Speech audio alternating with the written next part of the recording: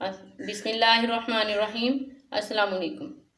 کیا حال چال ہے اسٹوڈنٹس آپ کا؟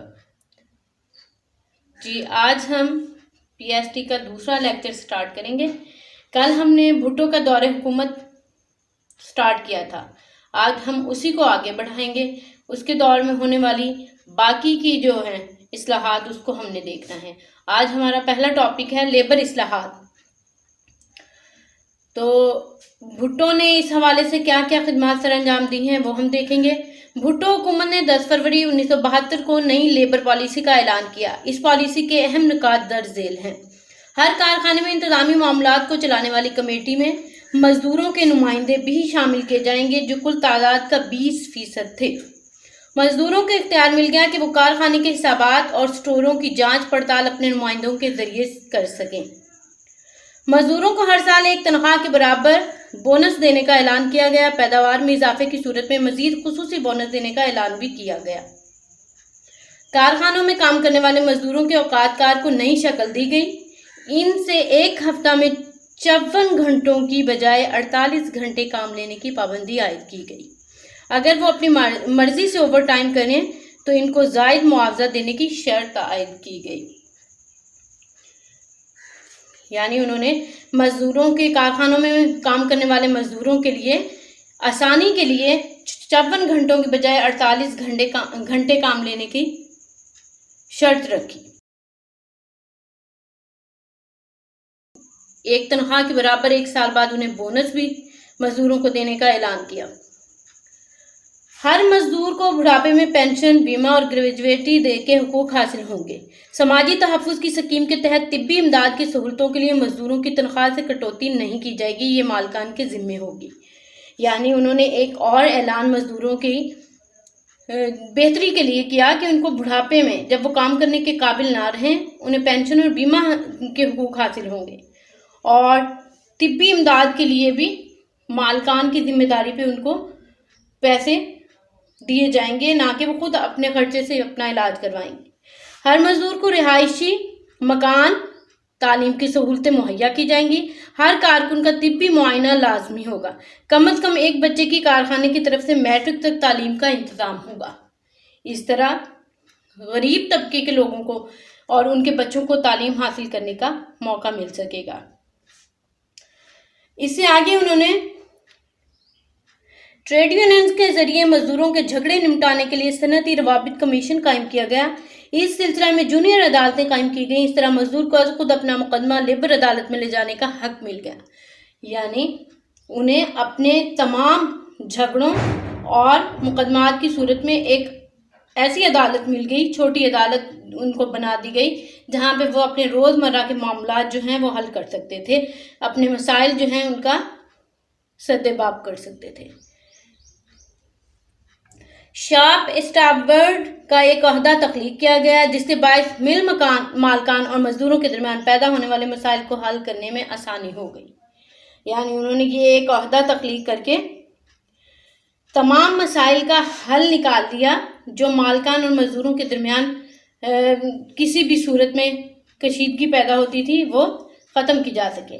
مزدوروں کو ملازمت کا تحفظ دینے کے لیے مل مالکان پر یہ پابندی عائد کر دی گئی کہ یہ مزدوروں کو برطرف کرتے وقت واضح اور ٹھوس وجوہات بیان کریں تاکہ ناجائز برطرفیوں کی روک تھام کی جا سکے۔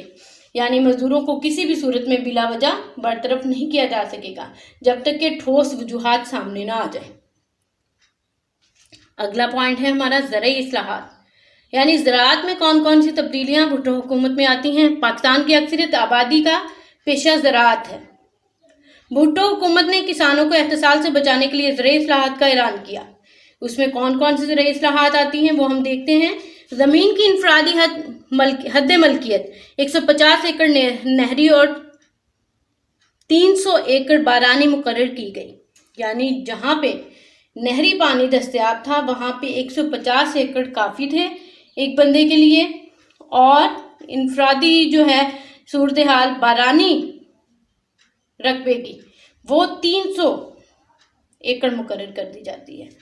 زائد زمینیں زمینداروں سے لے کر مزارعین اور کاشتکاروں میں بلا معاوضہ تقسیم کر دی جائیں گی تاکہ وہ طبقہ بھی آگے آ سکے اور وہ طبقہ بھی احتسال سے نکل سکے آگے بڑھ سکے، ترقی کر سکے۔ مارچ 1976 تک 15 لاکھ ایکڑ زمین کسانوں میں تقسیم کی گئی۔ وہ سرکاری ملازمین جنہوں نے ملازمت کے دوران اور ریٹائرمنٹ کے 2 سال کے اندر زمین خریدی تھی، ایسے ملازمین کے لیے 100 ایکڑ زمین محدود کر دی گئی اور باقی زمینوں پر حکومت کا قبضہ ہو جانے کی پالیسی بنا لی گئی۔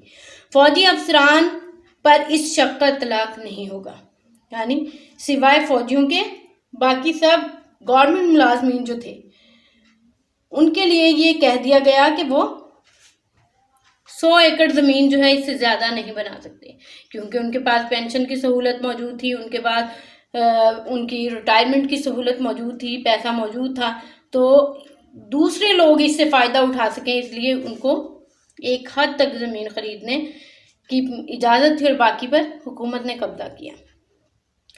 تعلیمی اداروں یعنی کالجوں اور یونیورسٹیز وغیرہ کے علاوہ کوئی شخص مقررہ حد سے زائد زمین رکھنے کا حقدار نہ ہوگا، یعنی اگر تعلیمی ادارے ہیں، کالج اور یونیورسٹیز وغیرہ بنائی گئی ہیں تو وہ زائد زمین استعمال کر سکتے ہیں اور کوئی نہیں کر سکتا۔ تمام مالی اور آبیانہ زمیندار ادا کریں گے، مزارعین اس ادائیگی سے مستثنی ہوں گے، یعنی مالی اور آبیانہ زمیندار ادا کریں گے۔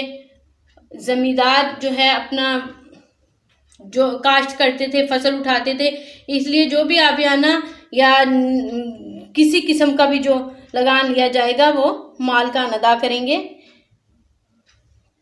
مزارعین جو ہیں ان پر اس کا بوجھ نہیں ڈالا جائے گا۔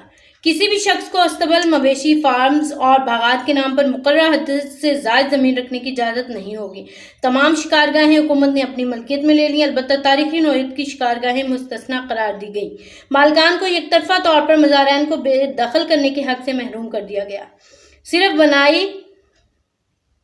صرف بٹائی نہ دینے والے یا مسلمہ شرائط کی خلاف ورزی کرنے والے مزارعین ہی بے دخل کیے جا سکیں گے۔